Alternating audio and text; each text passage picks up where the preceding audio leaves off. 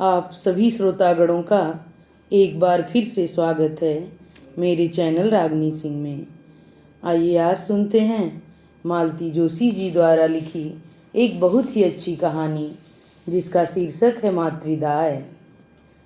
तो चलिए शुरू करते हैं। मातृदाय। बच्चे पेपर देकर लौटे तो चेहरे धूप से एकदम तांबई हो रहे थे। जून महीने की धूप भी तो कम जानलेवा नहीं होती। सुबह 6 बजे से ही दिन चढ़ आता है और 11 बजे तक लू के थपेड़े चलने लगते हैं। दरवाज़ा खोलते ही देख लिया कि दीपू का चेहरा एकदम लटका हुआ है। श्री के बारे में कुछ भी कहना कठिन है। उसके मन की बात चेहरे पर कभी नहीं झलकती। यह तो अपने ही साहबजादे हैं जो न खुशी छिपा सकते हैं न उदासी। आते ही सवालों की झड़ी लगा देना मुझे अच्छा नहीं लगता। मैंने हॉल का पंखा खोल दिया और उन दोनों को पसीना सुखाने के लिए वहीं छोड़कर मैं किचन में आ गई। झटपट खाना गरम किया, जग में बर्फ़ का पानी तैयार किया और मेज़ पर 3 थालियां लगाकर बाट जोहने लगी। मुझे ज़्यादा प्रतीक्षा नहीं करनी पड़ी। हाथ मुंह धोकर दोनों तुरंत ही मेज पर आ गए। थाली की ओर देखते ही दीपू की आंखें चमक उठीं। भरवा टिंडे, वाह, मज़ा आ गया। दीपू की यह खासियत है, लाख थका हो उदास हो वह खाने के प्रति उदासीन नहीं रह सकता। उसकी पसंद नापसंद बड़ी स्पष्ट है। नुक्स निकालने में कोताही नहीं करता, पर दाद भी उतनी ही उदारता से देता है। उसकी वाह सुनकर ही बनाने का श्रम सार्थक हो जाता है। 2-4 कौर पेट में जाते ही उसके चेहरे पर रौनक आ गई। बेचारा भूख से बेहाल हो रहा था और मैं सोच रही थी कि पेपर बिगाड़ कर आया है। पेपर कैसा हुआ रे? मैंने अब हिम्मत की। अच्छा रहा? अच्छा या बहुत अच्छा? अपना तो अच्छा ही रहा। बहुत अच्छा वाले आपकी बगल में बैठे हैं। क्यों रे? मैंने श्री से पूछा। ठीक ही रहा बुआ। मम्मी, ऐसा है कि जब श्री भैया कहें कि ठीक ठाक रहा तो समझ लो कि 80 से ऊपर का करके आए हैं। वो हमारी तरह अल्पसंतोषी जीव थोड़े ही हैं। श्री मुस्कुरा भर दिया। तुम्हारा यह अल्पसंतोष बात करते समय कहाँ चला जाता है? मैंने दीपू को डपटा। चलो अब नाटकबाजी छोड़ो और फटाफट खाना खाओ, बस आती ही होगी। खाना खाकर दीपू ने अखबार उठाया और बिस्तर में जाकर धंस गया। थोड़ी ही देर में उसकी नाक बजने लगी।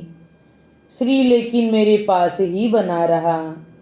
मेज साफ करने में, खाना रखवाने में, फ्रिज की बोतलें भरने में मेरी मदद करता रहा। मैंने लाख कहा कि मेरी रोज़ की आदत है, पर वह नहीं माना। किचन समेट कर निकली ही थी कि महरी आ गई, फिर उसके साथ लगी रही। उसे खाना निकाल कर दिया, साबुन और विम पकड़ाया, रस्सी से सूखे कपड़े उठाकर तहाए। सारे कामों से फुर्सत पाकर बाहर आई तब 1 बज रहा था। दोपहर में हॉल के पंखे के नीचे लेटना ही मुझे अच्छा लगता है। घर में वही एक कमरा जरा ठंडा है। टेबल जरा परे सरका कर मैंने सोफे से एक तकिया उठाया ही था कि देखा श्री कोने वाली कुर्सी पर बैठा पड़ रहा है। थोड़ा आराम कर लो बेटे, सुबह के जागे हो। अभी तो पूरा दिन पड़ा है और फिर तुम्हारा तो सब पढ़ा गुना होगा। न हो तो शाम को एक नज़र और डाल लेना।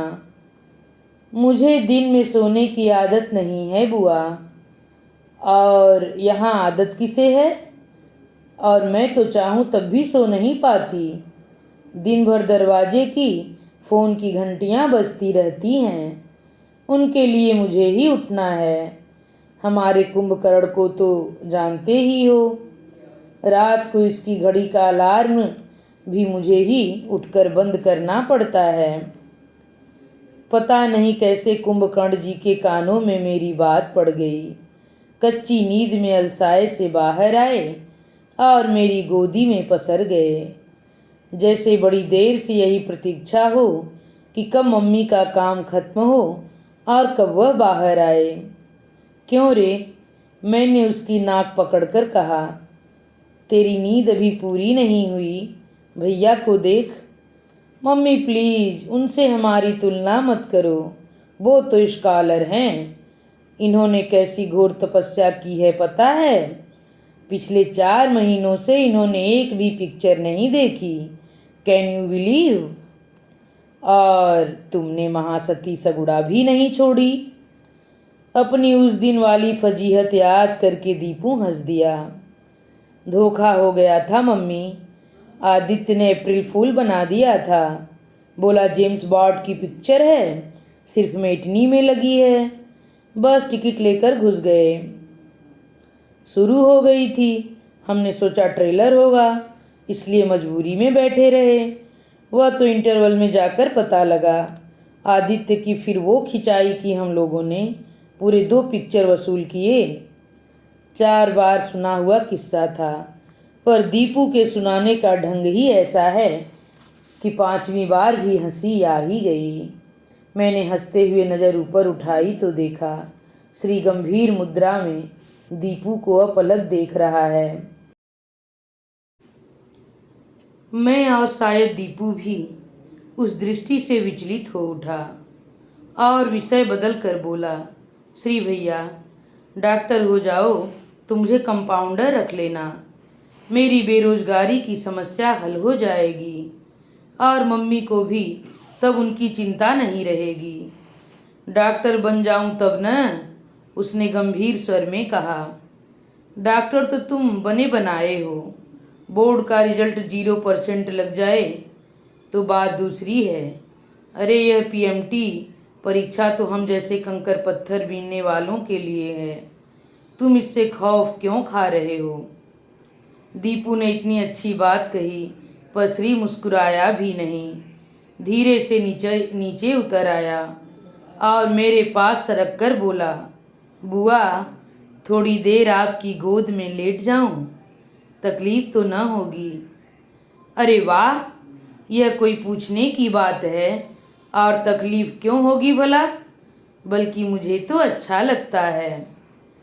वह मेरी गोद में लेट गया। दीपू की तरह लद से नहीं, बहुत हौले से उसने अपना सिर टिकाया था। मैं दोनों के सिर पर हाथ फेरने लगी। कहा, याद है बचपन में तुम दोनों गोद में सोने के लिए कितना झगड़ते थे? रात में भी चैन नहीं लेने देते थे। दोनों की जिद होती कि मैं उसकी तरफ मुंह करके सोऊं। जिसकी तरफ पीठ हो जाती थी वही मचल जाता था। कहते कहते मैं अचानक रुक गई। क्या श्री के सामने यह सब कहना ठीक था? पुरानी यादों को कुरेदना उचित था? वह तो शायद कब से सारा प्रसंग भूल चुका होगा। अपने को बेतरह कोसते हुए मैं उसके गालों पर हाथ फेरती रही। मैंने पाया कि उसकी आंखों की कोर गीली हो आई हैं। उसके वे यत्न से रोके हुए आंसू मुझे भीतर तक हिला गए। तो क्या उसे सब कुछ याद आ रहा है? पर वह कैसे संभव है? माँ की मृत्यु के समय केवल 4 महीने का तो था। 8-9 महीने का था जब मैं उसे यहाँ ले आई थी। सुनंदा उसकी नई माँ उसे वापस ले गई थी, तब भी वह केवल 3-3.5 वर्ष का था। उतना सा बच्चा क्या कुछ याद रख पाता है? फिर वे आंसू शायद मेरा ममतामय स्पर्श पाकर अनायास निकल आए होंगे। उनके पीछे कोई भूमिका, कोई इतिहास नहीं है। 10-15 मिनट के बाद वह खुद ही उठ बैठा। क्यों रे, सो लिया? बुआ, मैं सो नहीं रहा था, बस जरा देर को लेट गया था। इस तरह का बचपना कि ये अरसा बीत गया न, बड़ा अच्छा लग रहा था। मैं कुछ कहने को थी कि उसने जैसे मेरे मन की बात पकड़ ली। घर में सबसे बड़ा हूँ न मैं, छोटे भाई बहनों के सामने हमेशा ये बड़प्पन लादे रहना होता है। और फिर माँ के पास इतना समय कहाँ होता है कि फुर्सत में बच्चों के पास बैठ लें। सुबह शाम रसोई में जुटी रहती हैं। दोपहर में स्कूल जाना होता है। कई बार तो देर रात तक जाग कर जागती रहती हैं। मैंने अचरज से भरकर उसकी ओर देखा। कैसे जान गया कि मैं उसकी माँ को उलाहना देने जा रही हूँ। कितनी चतुराई से सारी बात ढांप गया। कहाँ से सीखी है उसने ये चतुराई, ये समझदारी, ये सहनशीलता। इसका शतांश भी अगर भाभी के पास होता तो भैया का जीवन आज कुछ दूसरी तरह का होता। काश सारी शाम मन में यही सब उमड़ घुमड़ होता रहा। पिछली सारी स्मृतियां जाग उठी और जी अकड़ उदास हो गया। उस साल मैंने बीए मैंने सोच लिया था कि अब आगे पढ़ूंगी, नौकरी करके भैया का हाथ बटाऊंगी। नाते रिश्तेदार अम्मा को सलाह दे रहे थे कि इस छोकरी के जल्दी से हाथ पीले करो, यह बोझ कब तक लादे रहोगी। उन दिनों बाबूजी को गुजरे 2 साल बीत चुके थे, परंतु घर में अभी जैसे मातम छाया हुआ था। मेरी शादी की जब भी बात उठती, अम्मा तड़प जाती। एक ही तो बिटिया है मेरी, उसे भी विदा करके मैं क्या दीवालों से सर फोड़ लूँ। मेरे सुख दुख की यही तो साथी है। नहीं, पहले मैं अपने सैल का ब्याह करूँगी, घर में बहू लाऊंगी। एक बार मेरे घर में रौनक हो जाए, फिर बिटिया को चाहे दूसरे ही दिन ब्याह देना। बहुत जिद की अम्मा ने, तब जाकर भैया शादी के लिए राजी हुए। बहुत शौक से ब्याह किया था अम्मा ने। उस समय वे अपना सब दुख भूल गई थीं। उन्होंने एक बार भी आंसू नहीं टपकाया। हम सबको भी सख्त हिदायत दी थी कि खबरदार, रोग आकर कोई गुण नहीं करेगा। बात याद आए तो अकेले में रो लेना, किसी के सामने तमाशा करने की जरूरत नहीं है। अम्मा की हिम्मत देखकर हम सब ने अपने आंसू सोख लिए थे। पर वे सब बात भाई ने घर में आते ही विद्रोह का झंडा गाड़ दिया। हम लोगों का परिवार बड़ा था, 2 पढ़ने वाले भाई, एक ब्याहने लायक मैं और बूढ़ी हुई माँ, बीमार अम्मा।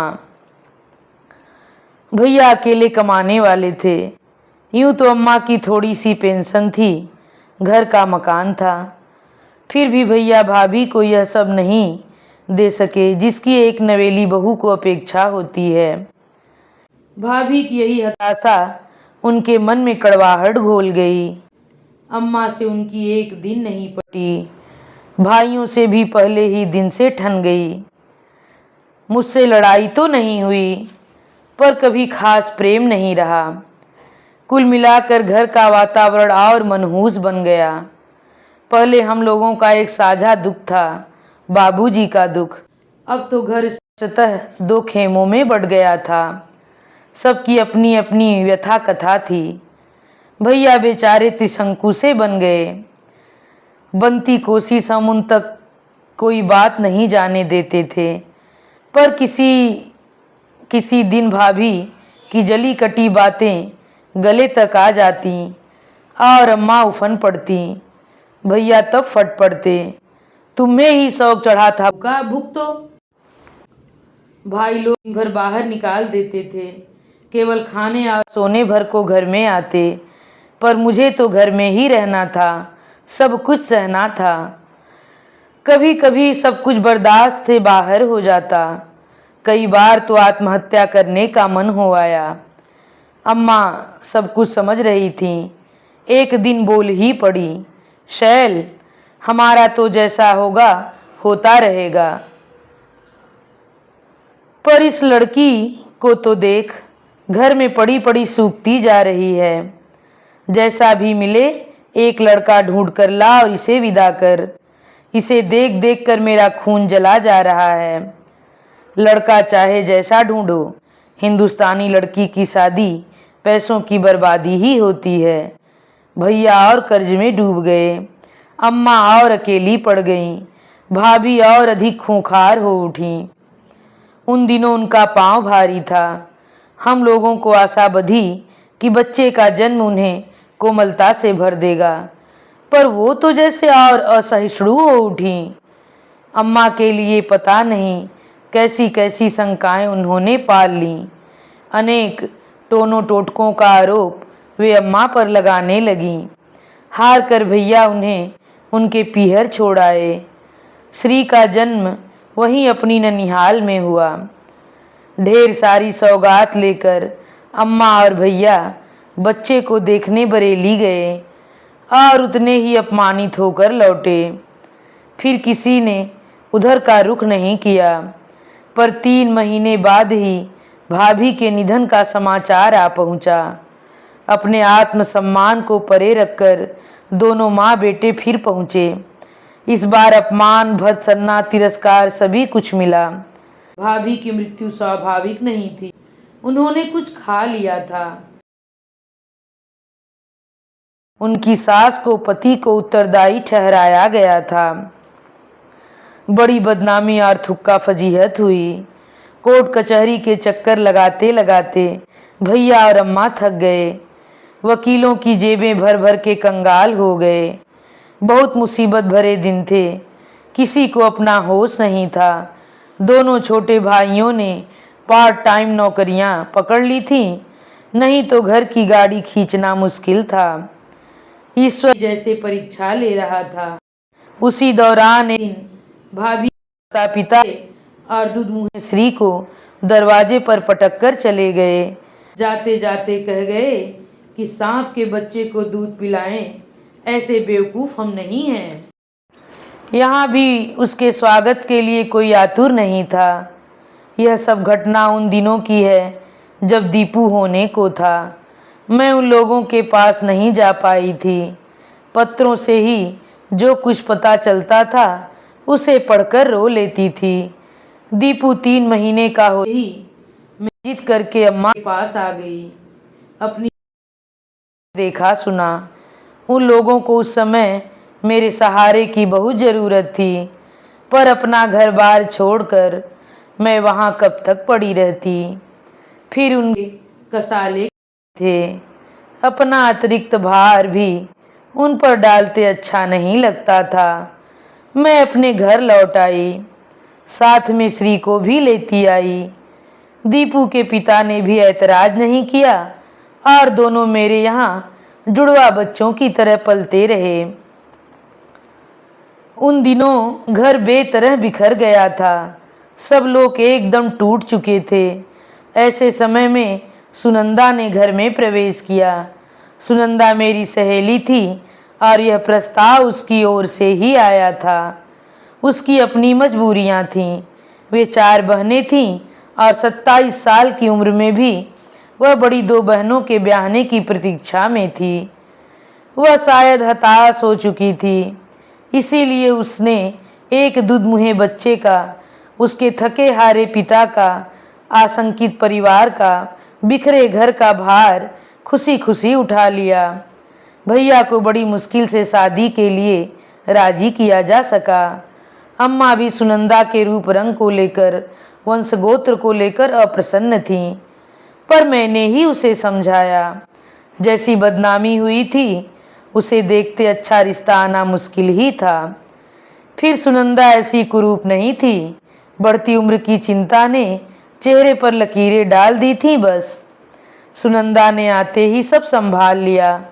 भैया के टूटे मन को जोड़ना आसान नहीं था, पर उसने वह करिश्मा कर दिखाया। बीमार सास को भी उसने आश्वस्त किया। दोनों देवरों के किशोर मानस को स्नेह से आप्लावित किया और फिर श्री को लेने आ पहुंची।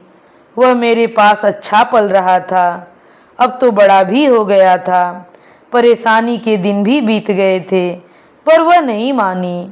बोली, कल को उसके मन में यह विकार भी आ सकता है कि मेरे माता पिता ने मेरा परित्याग कर दिया। श्री को भेजते हुए लगा जैसे मेरे कलेजे का टुकड़ा कोई निकाल कर ले जा रहा है। मुझे विश्वास था कि वह मेरे बिना नहीं रह पाएगा। मैं हर महीने दौड़ दौड़ कर अम्मा के यहाँ जाती रही। श्री कुछ दिन तो सचमुच अनमना बना रहा।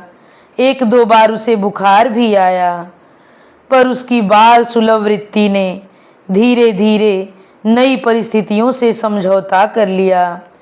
मेरी स्मृति भी क्रमशः धूमिल पड़ती गई और वह अपनी नई माँ के लाड़ दुलार में खो गया। यह देखकर मुझे खुश होना चाहिए था, पर उल्टे मैं उदास ही हो जाती। तब अम्मा ने समझाया, पगली, बच्चे तो अपनी माँ को भी भूल जाते हैं, तू तो उसकी बुआ है। पति ने कहा, तुम्हें तो खुश होना चाहिए कि एक बड़ी सी जिम्मेदारी थी जो अच्छे से पूरे हो गई। कोई दोष कोई लांछन नहीं लगा। तब मुझे भान हुआ कि अपने सरल हृदय पति पर एक तरह से मैंने अन्याय ही किया है। एक बच्चे का अनचाहा बोझ मैंने जबरदस्ती उनके सिर डाल दिया था। पर बच्चे क्या सदा बच्चे ही बने रहते हैं? बढ़ती उम्र के 100 खर्चे होते हैं। उन्हें झेलने की सामर्थ्य उस समय हमारे पास कहाँ थी? धीरे धीरे मैंने मन को समझा लिया, पर यह सच है कि मुझे सामान्य होने में कई महीने लग गए। दीपू के साथ ही पला श्री, पर दोनों के स्वभाव में, व्यवहार में कितना अंतर है। मुश्किल से 4-5 महीने बड़ा होगा श्री, पर कितना गंभीर, कितना समझदार है। सुनंदा ने सचमुच बड़ी मेहनत की है उसे बनाने में। उसने भी पूरा पूरा प्रतिदान दिया है। शिशु कक्षाओं से लेकर अब तक क्लास में हमेशा फर्स्ट आता रहा है। हायर सेकेंडरी में तो मेरिट लिस्ट में भी था। कभी कभी सोचती हूँ, मेरे पास रहता तो क्या इतना लायक निकलता, या दीपू की तरह मनमौजी मस्त मौला बना रहता।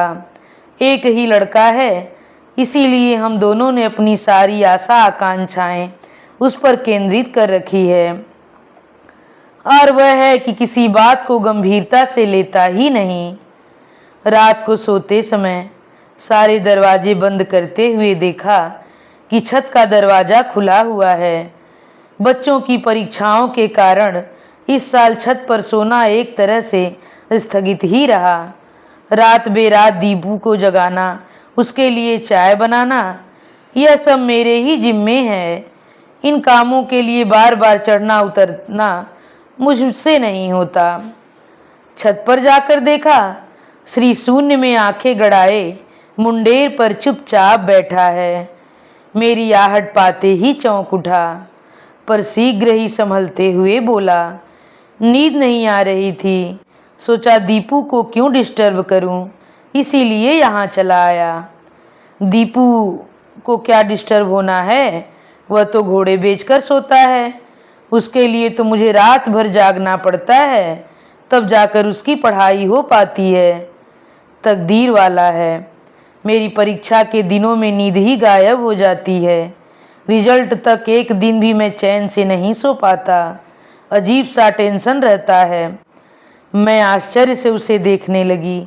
क्या यही वह लड़का है जिसे मैंने कभी हाथों में झुलाया था, बोतल से दूध पिलाया था? इस समय कितना अपरिचित, कितना बड़ा सा लग रहा है। तुम जैसे लड़के टेंशन पालने लगे तो हो चुका।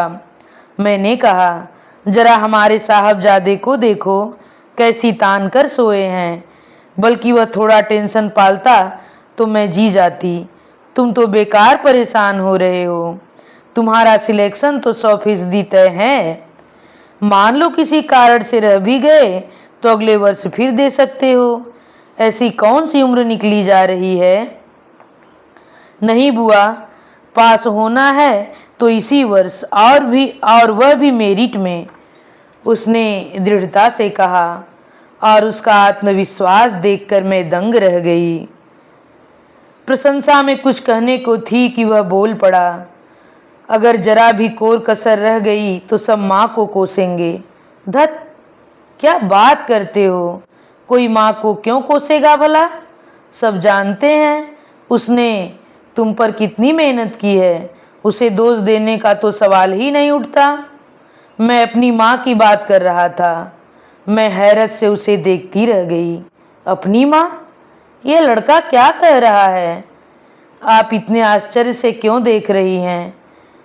क्या आप नहीं जानती कि मेरी एक और माँ थी? माँ जिसने मुझे जन्म दिया था। मुझे संभलने में कुछ समय लगा। इसी बीच उसने पूछ लिया, तुम्हें याद तो है न बुआ? श्री के साथ यही परेशानी है। कभी वह बहुत फॉर्मल हो जाता है और आप कहने लगता है, कभी दीपू की तरह लड़िया कर तुम पर उतर आता है। वह अब मुझे ही ताक रहा था।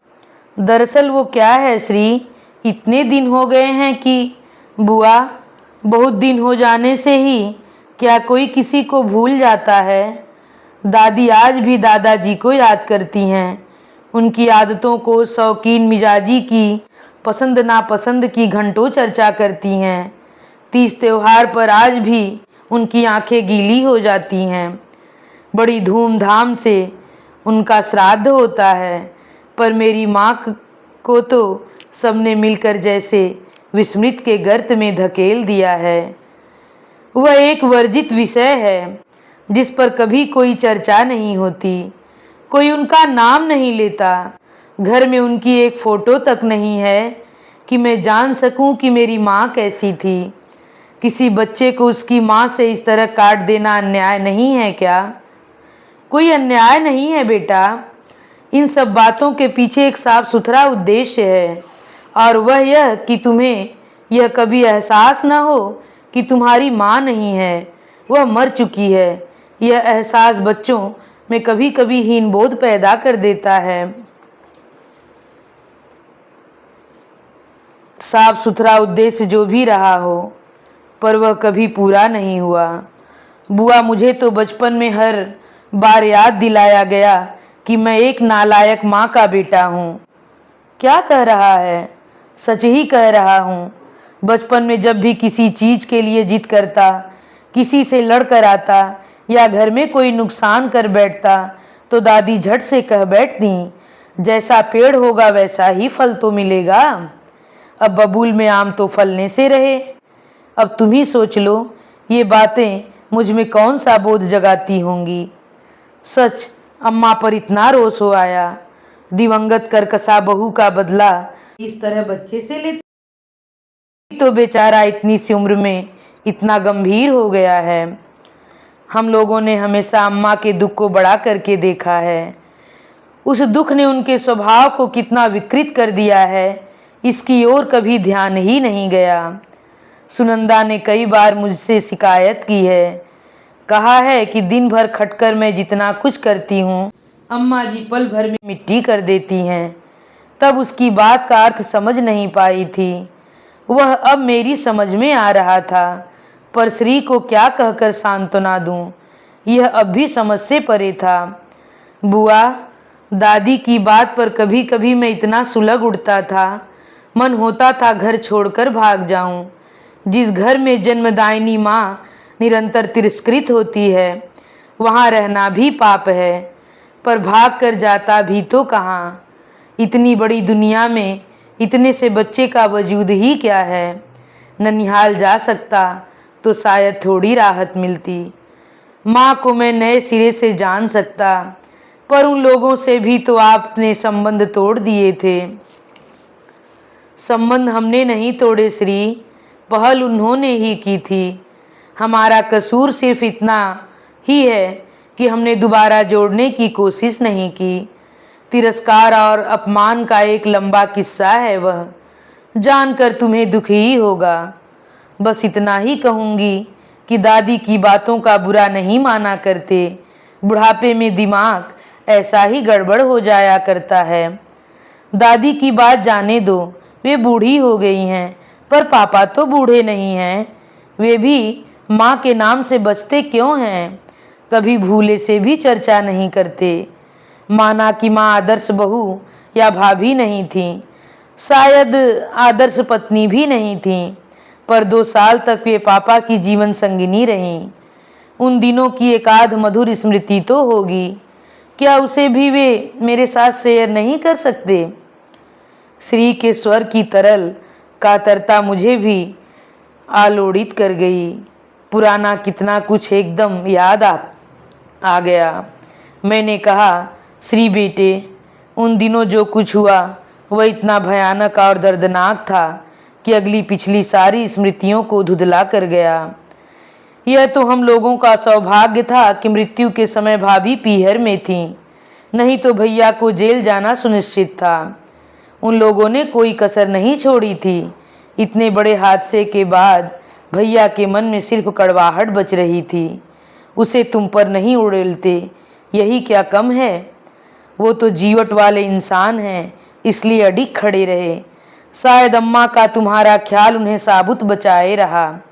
दूसरा कोई होता तो भरभरा कर ढह ही जाता, पर भीतर से भैया एकदम टूट चुके थे। सुनंदा के सचमुच हम सब पर एहसान है। उसने भैया को नया जीवन दिया, परिस्थितियों से लड़ने का हौसला दिया। उसी ने तुम्हें आदमी बनाया। सुनंदा की जगह कोई गलत लड़की आ जाती तो फिर से वही नाटक दोहराया जाता। लगा जैसे श्री मुझी से चिढ़ रहा है। मैंने तड़प कर कहा, श्री, सुनंदा ने, तुम्हारी माँ ने तुम्हारे लिए जो कुछ किया उसे तुम नकार तो नहीं सकते। मैं कब नकार रहा हूँ, पर यह तो अन्याय है न। क्या? मुझ में जो अच्छा है उसका श्रेय तो एक को जाता है, फिर बुराइयों के लिए किसी दूसरे को क्यों कोसा जाता है? यह दोहरा मापदंड क्यों? बात तो लड़का ठीक ही कह रहा था। मुझ में कुछ तो जन्मजात प्रतिभा होगी, सब कुछ तो आप ऊपर से थोप नहीं सकते, पर कोई उसे स्वीकारता क्यों नहीं? माँ की कोख से मैं क्या केवल अवगुण लेकर ही जन्मा हूँ? मेरी उपलब्धियों में उसका हिस्सा क्यों नहीं है? वह केवल मेरे दोषों के लिए उत्तरदायी क्यों है? बुआ, इसलिए मैंने निश्चय कर लिया है कि अगर मेरी सफलताओं का श्रेय मेरी जननी को नहीं जाता है तो उसे अपनी असफलताओं का कारण भी मैं बनने नहीं दूंगा। अपनी माँ के लिए मैं कम से कम इतना तो कर ही सकता हूँ ना। उसके स्वर में एक अजीब सी दृढ़ता और आत्मविश्वास था। मैंने मन ही मन भाभी को पुकार कर कहा, भाभी, तुम सुन रही हो ना? तुमने तो बेटे के प्रति कोई कर्तव्य नहीं निभाया, उसे अनाथ करके चली गई, पर वह तुम्हारा ऋण बराबर चुका रहा है। और अंतिम इन्हीं भावपूर्ण शब्दों के साथ यह कहानी यहीं पे समाप्त होती है। आप सभी श्रोतागणों से एक बार फिर से मेरा नम्र अनुरोध है कि मेरे द्वारा बोली जाने वाली यह कहानी अगर आप लोगों को पसंद आए तो कृपया मेरे चैनल को सब्सक्राइब और कमेंट करके ज़रूर बताइए कि कहानी आप लोगों को कैसी लगी। धन्यवाद।